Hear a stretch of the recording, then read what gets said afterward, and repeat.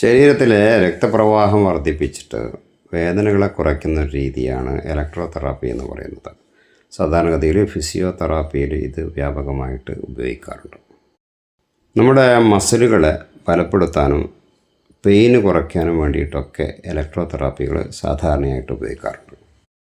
മസിലുകൾക്ക് stimulation നൽകിയിട്ട് മസിലിൻ്റെ strength കൂട്ടുവാനും അതുപോലെ തന്നെ രക്തപ്രവാഹം വർദ്ധിപ്പിക്കുവാനും വേദന കുറയ്ക്കുവാനുമൊക്കെ ഈ ഇലക്ട്രോ തെറാപ്പി ഉപയോഗിക്കാറുണ്ട്.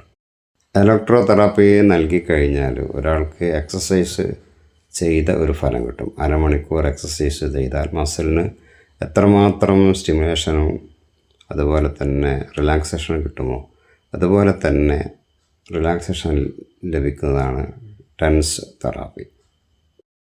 പെട്ടെന്ന് ഉളുക്കിപ്പോവുക അതുപോലെ തന്നെ നീർക്കെട്ടുണ്ടാവുക, ഇത്തരം സന്ദർഭങ്ങളിൽ ടെൻസ് തെറാപ്പി ഉപയോഗിച്ച് കഴിഞ്ഞാൽ 20-30 മിനിറ്റ് കൊണ്ട് തന്നെ റിലാക്സേഷൻ ലഭിക്കും. പെയിൻ ആൻഡ് പാലിയേറ്റീവിലും അതുപോലെ തന്നെ കിടപ്പ് രോഗികൾക്ക്, ദീർഘകാലമായിട്ട് കിടക്കുന്ന രോഗികൾക്കൊക്കെ ടെൻസ് തെറാപ്പി ശരീരത്തിന് ഏറെ സുഖം നൽകുന്നതാണ്.